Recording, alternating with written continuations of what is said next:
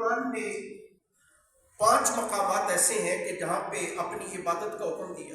تفسیر قرطبی کے مصنف لکھتے ہیں کہ اللہ تبارک و تعالیٰ بڑے غیور ہیں، بڑے غیرت مند ہیں، شرک کو پسند نہیں کرتے، لیکن یقین کریں کہ قرآن میں 5 مقامات ایسے ہیں کہ اپنی عبادت کا حکم دیا، متصلاً والدین کے ساتھ اس نے سلوک کا حکم دیا۔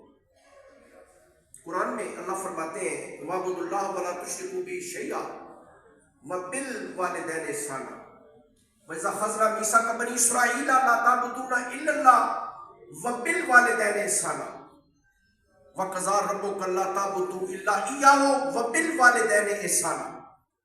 یہ قرآن پاک ٹائم نہیں، میں بہت تفصیل آپ کے سامنے عرض کروں، بس خلاصہ سن لیں۔ میری کوشش ہوگی کہ میں ذرا منفرد سی۔ رسول اللہ کے ایک صحابی نے ذرا انہیں کہیں پیچھے کوئی ادب